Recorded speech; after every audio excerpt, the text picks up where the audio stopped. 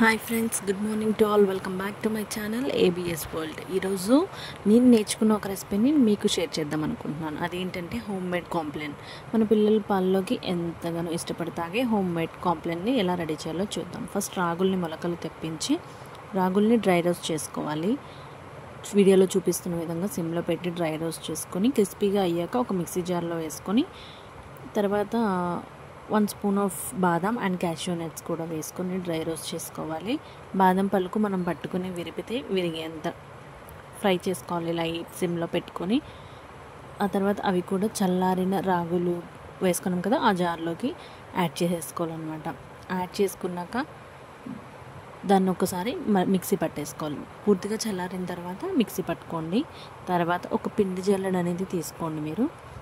అది అందులో వేసుకొని మనకి బాగా జల్లించుకోవాలన్నమాట. మనకి ఎక్సెస్ వస్తుంది కదా, అది మళ్ళీ ఇంకొకసారి మిక్సీలో వేసుకొని మళ్ళీ మిక్సీ పట్టండి. ఆ క్లిప్ మిస్ అయింది. తర్వాత 1 cup of milk powder and 1 tablespoon cocoa powder కూడా యాడ్ చేయండి, ఎందుకంటే పిల్లలకి చాక్లెట్ ఫ్లేవర్ కావాలి కాబట్టి.